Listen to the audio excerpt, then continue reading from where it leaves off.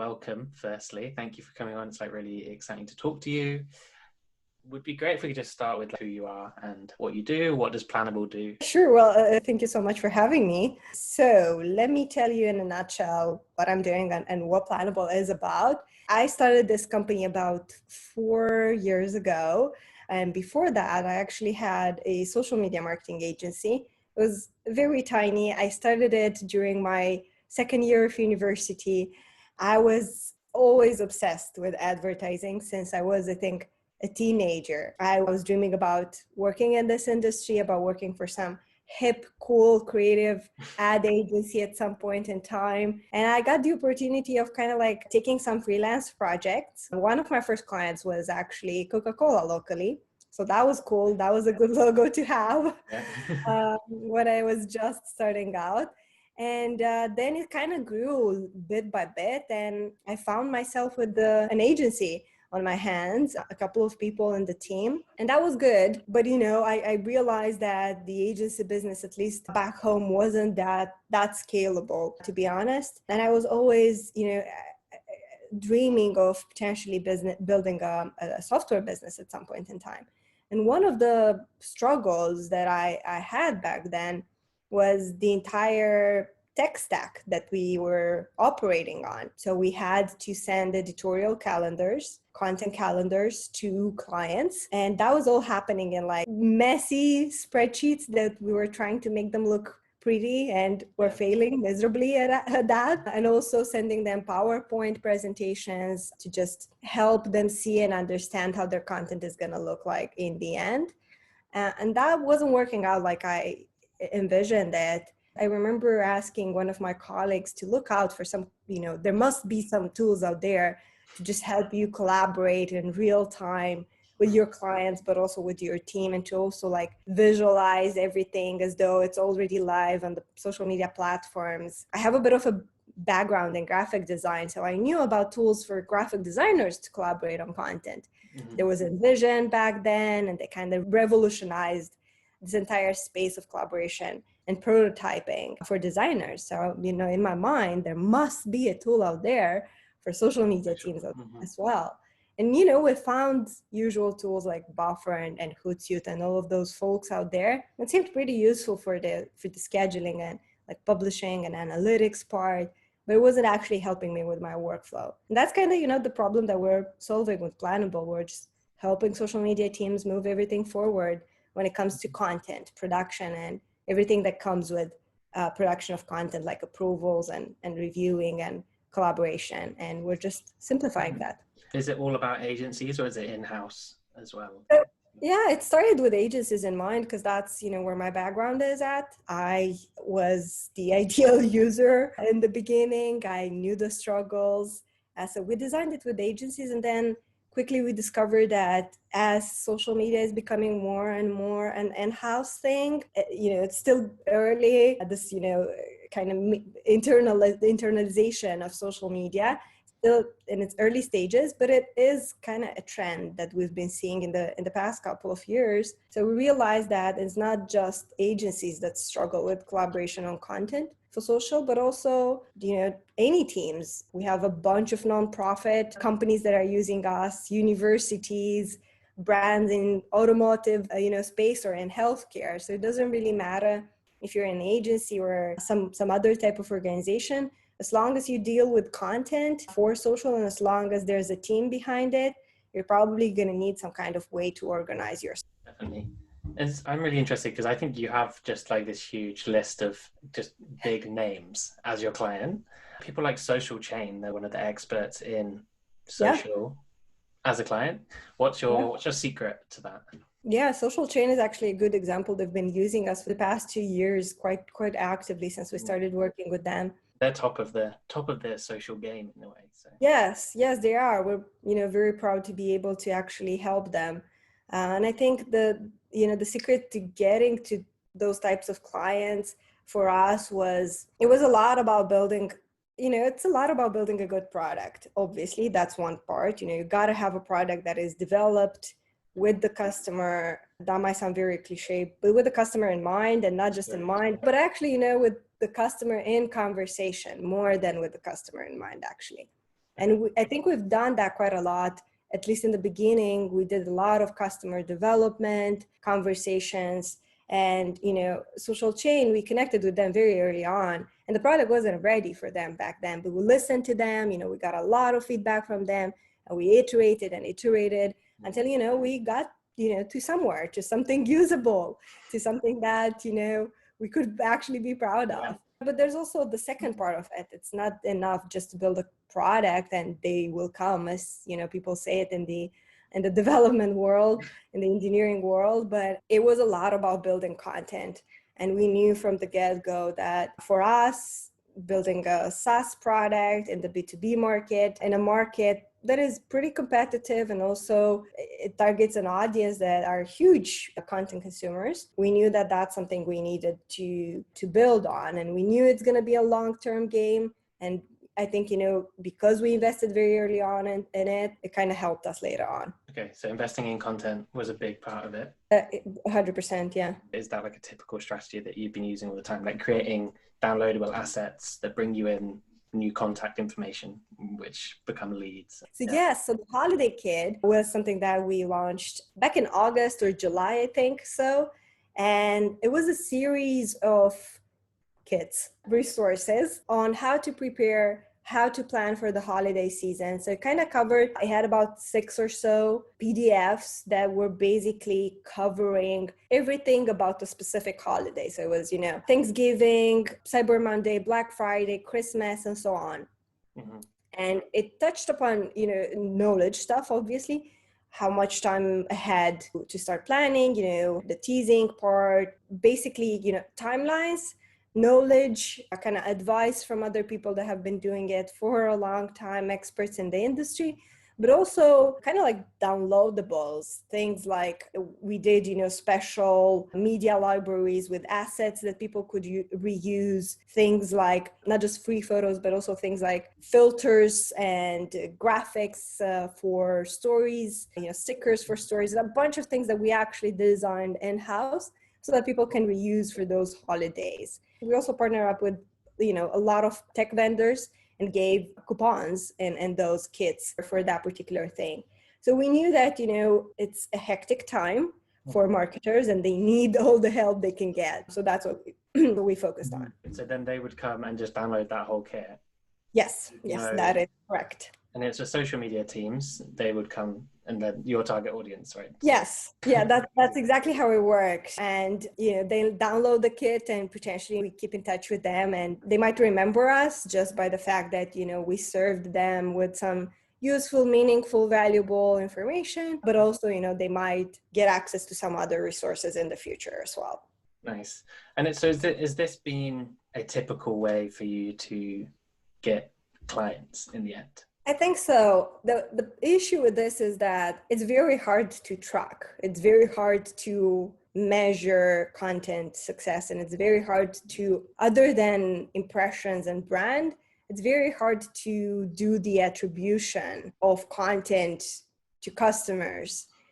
But that's kind of what we've been doing the most. So it must be working. I know that sounds very silly and not like the best marketing strategy. But there, in the SaaS B2B world, there is so much direct traffic, that you can't actually sort. You can't say, that it came from a particular link. And that's just the nature of the web at the moment. Direct traffic is honestly killing me, but you have to deal with it. And a lot of it, I think, is just content, people remembering you, making you make an impression on them, and later on they Google you. I agree. You have to put the trust in that your brand building is what bringing the inbound leads. Yeah, 100%. Is most of what you do, is it about like pushing people towards signing up for free, or are you like approaching, with like cold calling or just calling leads and things like that, and at big companies? So with people that sign up for our newsletter, we're not necessarily like cold calling or emailing them. If we see a lead and we do our research in our newsletter and we do our research and we're like, oh my God, they would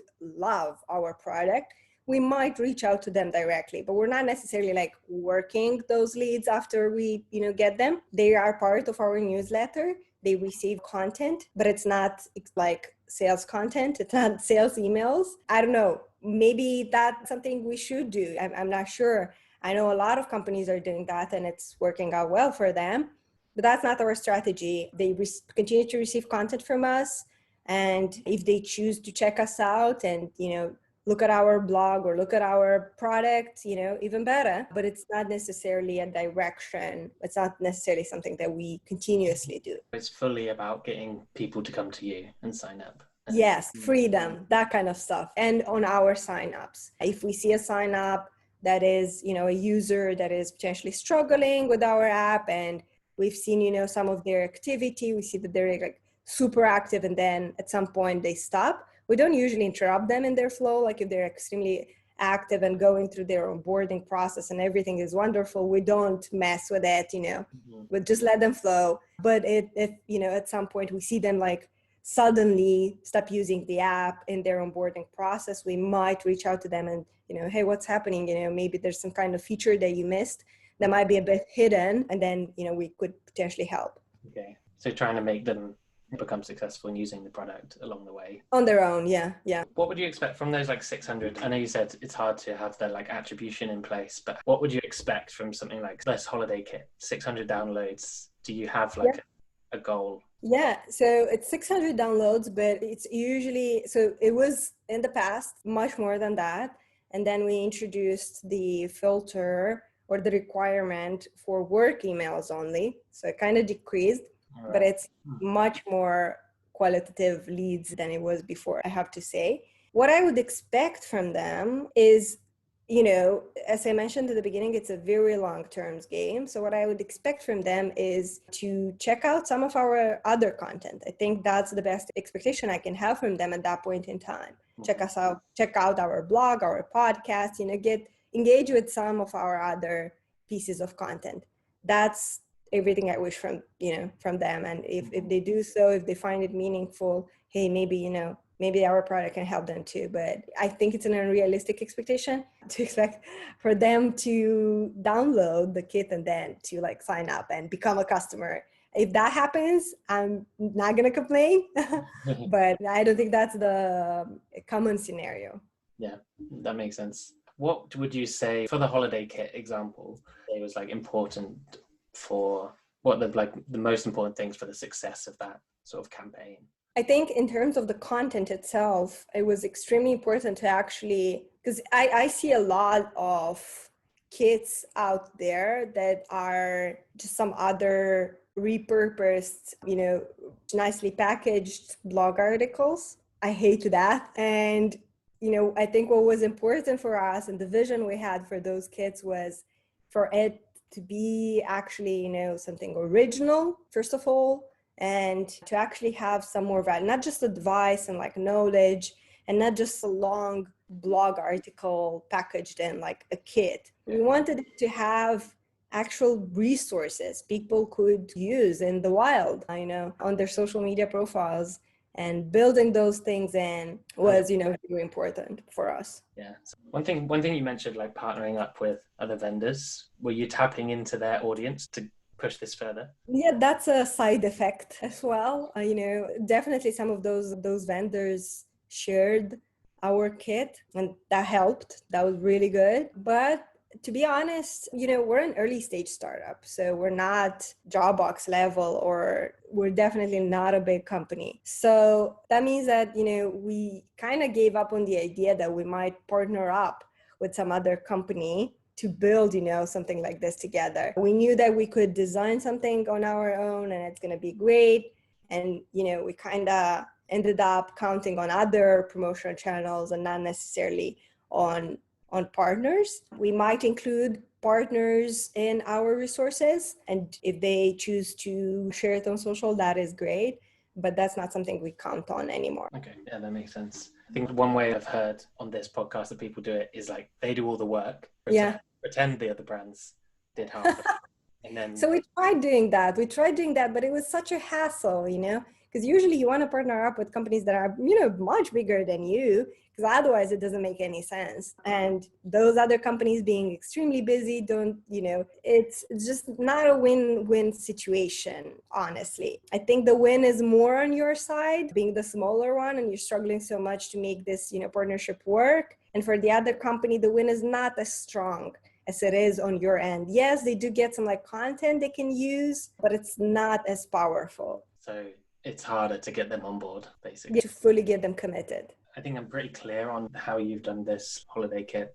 I definitely have to post it on the blog or wherever I post this and just show them what it looks like and the quality and things. When you do the rest of your blogging out of interest, how do you set it up? How do you choose what to blog? Are you more of like an SEO person, or are you like just add value, or are you like product funnel? It was a lot. In the beginning, it was really a lot about brand and vision and, just what we want to say to the world. So basically a lot around like collaboration and teamwork and principles on, how people can get along well and feedback and that kind of stuff. And then, the more we grew, we kind of switched gears a little bit. And we are now, I think, a combination of, yes, definitely brand, but that kind of brand more from a product perspective, fueled by SEO, I would say. So when we decide what to write, we start from our brand and from our product. Like, what do we want to talk about from a brand perspective, but also from a product perspective? So we keep that in mind at all times. So just to clarify, when you say product perspective, does that mean you sort of tell a story with your product front and center? Yeah. For example, one of our best articles is around how to style your Instagram grid. And, we have a functionality for that. Hey, surprise, surprise, in our product. But it's, it's not how to become successful on Instagram. People might search for that, but it doesn't align with our brand. It doesn't align with our product. We could potentially help them in a way. Yes, definitely. But it's not at the core of what we do. So we definitely start with our product and with our brand in mind. And then we do a lot of research to see what is tangential, what makes sense to those topics. So we make a list of topics around, the brand and the product, and then we research them on SEO and try to think about them from a search angle. Nice. Yeah, that makes sense. And then you can capture the search people, but show off your product. Exactly. And that's the best way. If we can actually talk about the issue and showcase our product without talking about our product in a sales way, but how to style your layout, and you have screenshots from our product, but it's about styling your layout. So it's actually what they're looking for, but in the background, it's our product. So it's very subtle. And I think it needs to be very subtle, because otherwise it's just, I hate it when I search for something and I end up being sold to. It has to, otherwise you just get people leave. Yes, exactly. Yeah. One thing I forgot to ask actually about the kits was, I think I noticed that you wrote that you launched it on Product Hunt. Yes, we did. I didn't realize you could launch bits of content on there. Yes. What was that like? You could. I'm not sure if you can anymore. I think they might have changed their algorithm a little bit, but you could launch mini products. People were launching ebooks a lot and all kinds of educational resources. So yeah, we did that. It went quite well. Every time we do a product hunt, a launch, it really does help. And yeah, it's a lot, a lot of tips and tricks around how to launch on product hunt, times of the day and, getting your army ready for upvoting and that kind of stuff. But, we've done several product hunt launches since we started Planable.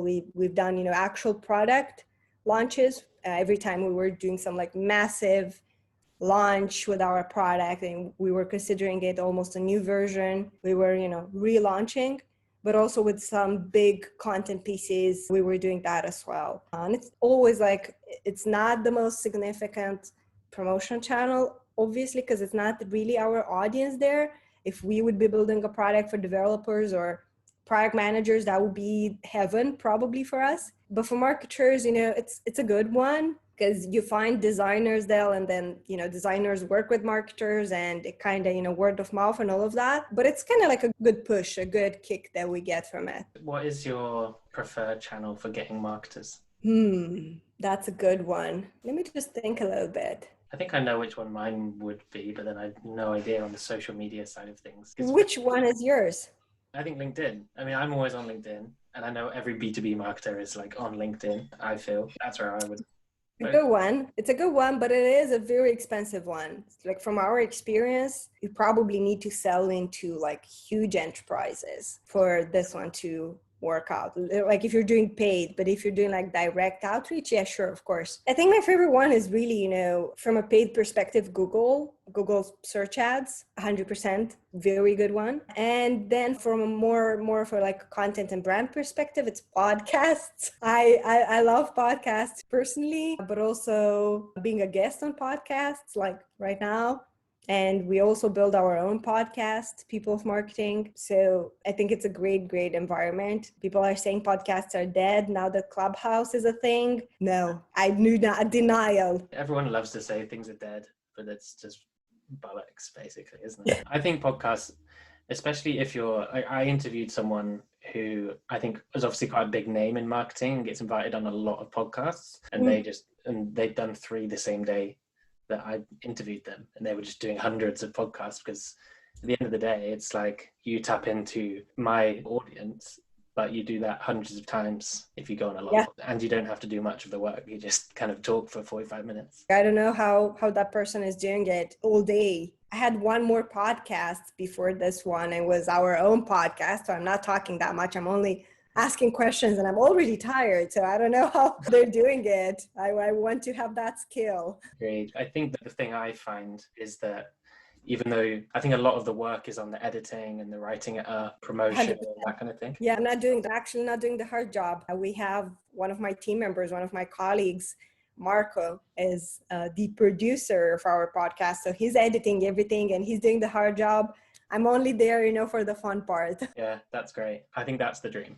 Yeah. Are you going to get on Clubhouse? I am on Clubhouse. I was so excited and so hyped for it, like 5 minutes. And then I played around with it one evening. And then, so the thing with Clubhouse is that I don't get the chance to be on Clubhouse. When are they doing it? Because like I'm walking to the office and it's, taking me maybe 10-15 minutes. And I don't usually want to entertain myself with anything. I just want my mind to flow. And then other than that, I don't have any like free time where I can listen to things. And it's also, I'm not sure it's the commitment, I'm afraid of like committing to those conversations because I'm not sure if I have 15 minutes, I would rather, listen to Freakonomics. I know it's, or stuff you should know. I know it's going to be like good content. I can bet on it. But with all of those other conversations, I'm just not sure if it's going to be a good one. So as a last question, I would love to know what's your most controversial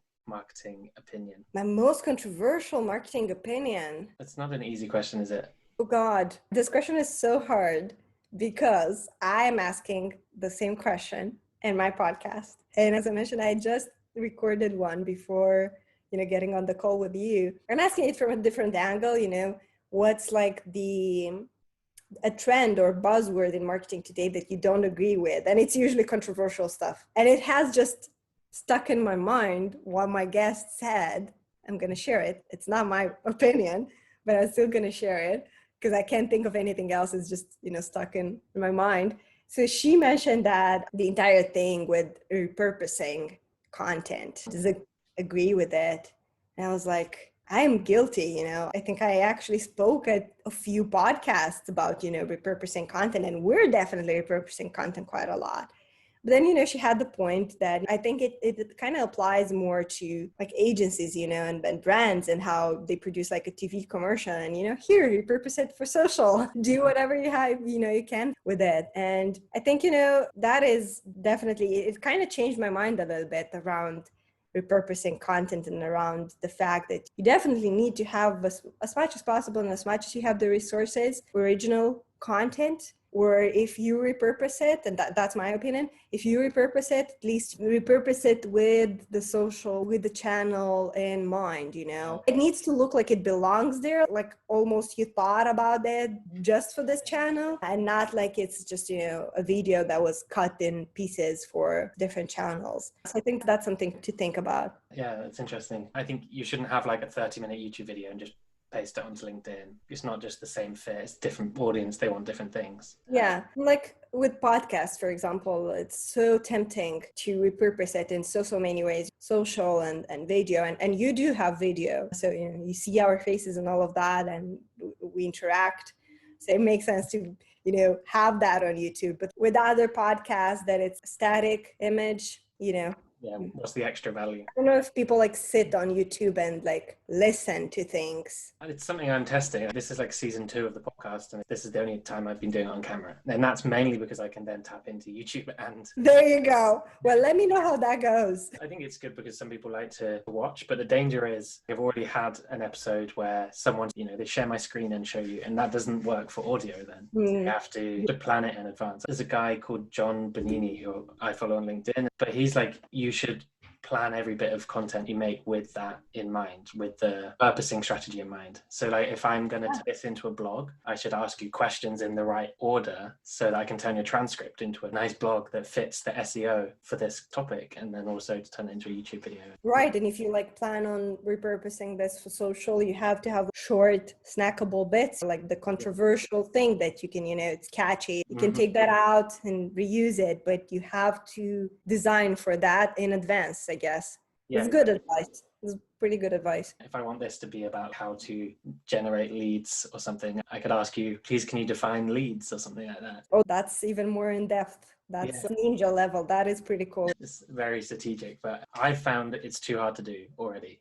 The SEO thing, the keyword thing, that must be very hard. Yeah. All of it, I can plan out what I want to ask you, but it will never go in that order. Sorry. It's just the way it is, I think. It's probably my fault as an interviewer for not being more rigid. Yeah, but you can't do it keyword style and also do it like entertaining and authentic, right? Because I don't know if those two, there needs to be some kind of like mastery level to achieve both of them. It's like very hard for the conversation to like flow naturally and fun, and at the same time have it like structured, and for the Google robots to consume it how they do. One thing I do like that people do on business podcasts is ask every guest, like maybe after or at the end, like the same 10 questions, and that becomes a survey blog post at some point. Yeah. That is cool. What we did is we do that as well. So we have the rapid fire session, we call it, and we do that at the end of the season. Usually we just take bits from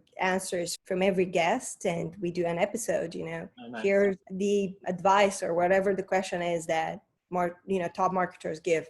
So that kind of stuff. Nice. So you get bursts from lots of people in one episode. Yes. I think I prefer that kind of content in the end because you get all the value in one rather than listening to the whole episode. Cool. Agree. Thank you very much. It's been good talking to you. Thank you. Thank you as well, Ben. It was great chatting with you.